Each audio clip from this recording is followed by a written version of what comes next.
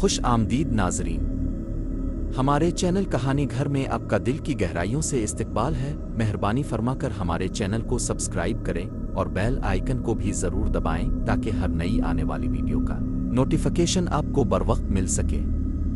शुक्रिया। शहर की गहमा गहमी से बहुत दूर संगलाख पहाड़ों और घने जंगलात के दरमियान एक कच्ची सड़क घूमती हुई कदीम किले की तरफ जाती थी।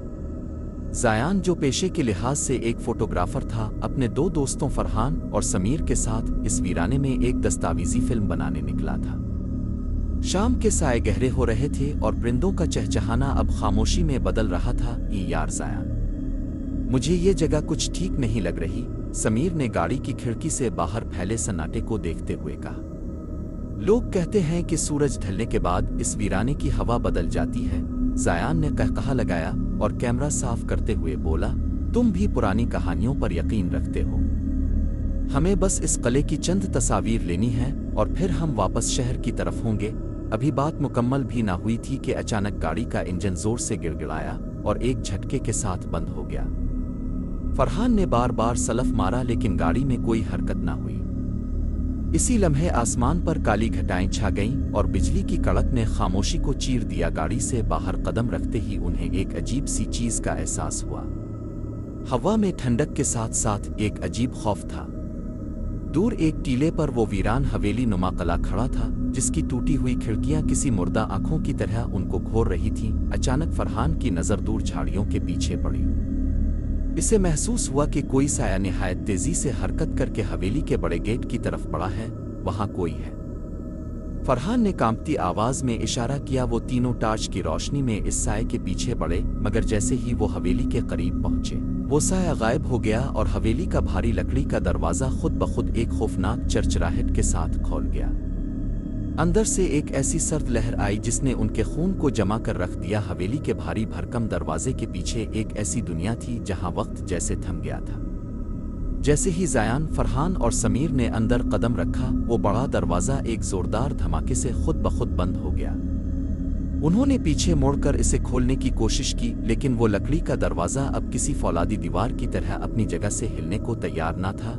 हम यहाँ फंस चुके हैं। समीर की आवाज में छुपा हुआ खौफ अब साफ जाहिर हो रहा था। इसकी टार्च की रोशनी गर्द आलूद हवा में थरथरा रही थी। हवेली का दालान बहुत बड़ा था, जिसकी छत पर लटके हुए पुराने फानूस मकड़ी के जालों से अटे हुए थे। दीवारों पर लगी हुई खस्ता हाल तस्वीरों में मौजूद किरदारों की आंखें ऐसी थीं जैसे वो हर तरफ हरकत करते इन तीनों दोस्तों का ताक़ुब कर रही हों। ज़ायान ने हिम्मत जमा की और कहा, डरने की जरूरत नहीं, शायद हवा के दबाव से दरवाजा बंद हुआ हो। हमें कोई दूसरा रास्ता ढूंढना होगा। वो अभी आगे बढ़े ही थे कि ऊपर की मंजिल से किसी के चलने की आवाज आई। टप टप टप, जैसे कोई गीले पैरों के साथ फर्श पर चल रहा हो। फिर अचानक एक दिलखराश कहकहा पूरी हवेली में गूंज उठा, जिससे उनके कान फटने लगे। वो सीढ़ियों की तरफ बढ़े जो ऊपर की मंजिल को जाती थी। हर कदम पर पुरानी लकड़ी के चरचराने की आवाज सुनाई देती। जब वो पहली मंजिल के बरामदे में पहुंचे तो उन्होंने देखा कि वहां बेशुमार कमरे थे, जिनके दरवाजे उदे खिले थे। एक कमरे से मध्यम सी रोशनी छन कर बाहर आ रही थी। तजस्सुस और खौफ के आलम में जब उन्होंने इस कमरे में झांका तो उनकी रूह लरस गई। कमरे के ऐन वस्त में एक पुरानी मेज पर मोमबत्ती जल रही थी और उसके सामने 3 कुर्सियां लगी थीं।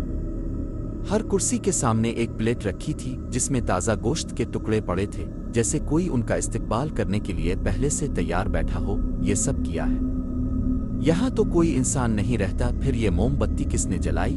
फरहान ने हाँफते हुए पूछा। अचानक समीर ने चीख मारी। इसका बाजू किसी नादीदा कुव्वत ने पीछे से पकड़ लिया था।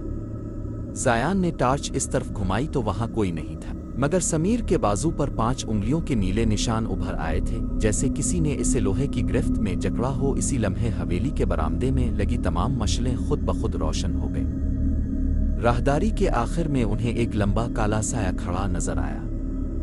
इस साये का कोई चेहरा नहीं था, सिर्फ 2 दहकती हुई सुर्ख आंखें थीं जो अंधेरे में अंगारों की तरह चमक रही थीं। वो साया आहिस्ता आहिस्ता उनकी तरफ बढ़ने लगा और उसके हर कदम के साथ जमीन लरजने लगी। ओ भागो!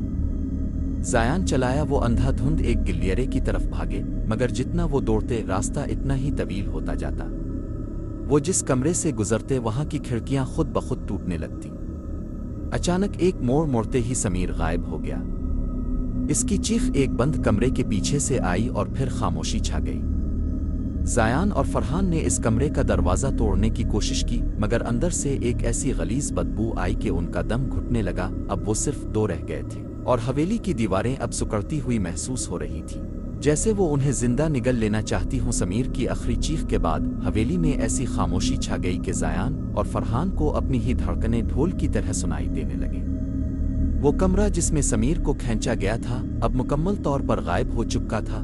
वहां सिर्फ एक ठोस दीवार खड़ी थी। समीर, समीर। ज़यान ने दीवार पर मुक्के मारते हुए पुकारा, लेकिन दूसरी तरफ से कोई जवाब ना आया। अचानक हवेली का फर्श लरजने लगा और दीवारों पर लगे पुराने प्लस्तर झड़ने लगे। दीवारों के अंदर से इंसानी हड्डियां और ढांचे नुमायां होने लगे। फरहान खौफ से नीम पागल हो रहा था। ज़यान, ये हवेली नहीं है, ये एक कब्रिस्तान है जिस पर इमारत खड़ी की गई है। हमें यहाँ से निकलना होगा वरना हम भी उन दीवारों का हिस्सा बन जाएंगे। वो दोनों नीचे दालान की तरफ भागे, लेकिन सीढ़ियां अब लकड़ी की नहीं बल्कि इंसानी गोश्त की तरह नरम और लैसदार महसूस हो रही थी। जैसे ही वो नीचे पहुंचे उन्हें सामने वही काला साया नजर आया जिसकी सुर्ख आंखें अब खून की तरह तप रही थी। इस बार वो अकेला नहीं था, इसके पीछे बेशुमार हाथ जमीन से निकल रहे थे जो उनके पैरों को जकड़ने की कोशिश कर रहे थे। तुम्हारा दोस्त अब हमारा है। एक भारी पाटदार आवाज गूंजी जो जैसे दर ओ दीवार से आ रही थी। इस वीराने को हर 100 साल बाद 3 कुर्बानियां चाहिए होती है। तुमने खुद यहाँ कदम रखकर अपना फैसला सुना दिया है। ज़यान ने अपनी जेब से कैमरे का फ्लैश निकाला। इसे याद आया कि ये मखलूक़ात तेज रोशनी से कतराती है। जैसे ही वो साया उनके करीब पहुंचा, ज़यान ने मुसलसल फ्लैश बटन दबाना शुरू कर दिया।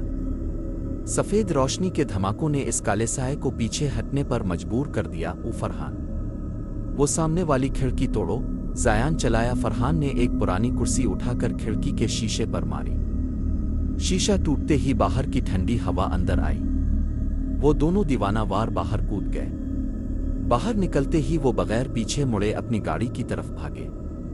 हैरत अंगेज तौर पर गाड़ी जो पहले बंद हो गई थी अब एक ही सलफ में चालू हो गई। जैसे ही ज़यान ने गाड़ी की रेस दी और पीछे मुड़कर देखा, इसके हाथ से स्टीयरिंग छूटते छूटते बचा। वहां ना कोई हवेली थी ना कोई कला, वहां सिर्फ एक कदीम टूटा हुआ कब्रिस्तान था और इसी जगह पर जहां हवेली का गेट था समीर का कैमरा पड़ा हुआ था जिससे धुआं निकल रहा था। वो दोनों हाँफते हुए शहर पहुंचे और पुलिस को लेकर वापस आए, लेकिन वहां समीर का कोई निशान ना मिला। पुलिस ने इसे गुमशुदा करार दे दिया, लेकिन ज़यान और फरहान जानते थे कि समीर अब इस वीराने की अबदी खामोशी का हिस्सा बन चुका है। आज भी ज़यान जब वो तस्वीर देखता है जो इसने वहां ली थी, तो हर तस्वीर में इसे धुंधला सा एक साया नजर आता है जिसके हाथ में समीर जैसी घड़ी होती है। वो वीराना आज भी वहां मौजूद है, अगली 3 कुर्बानियों के इंतजार में। नाजरीन, अगर आपको ये कहानी पसंद आई तो बराहे करम इसे लाइक करें, हमारे चैनल को सब्सक्राइब करें और अपनी राय का इजहार कमेंट के जरिए जरूर करें। शुक्रिया।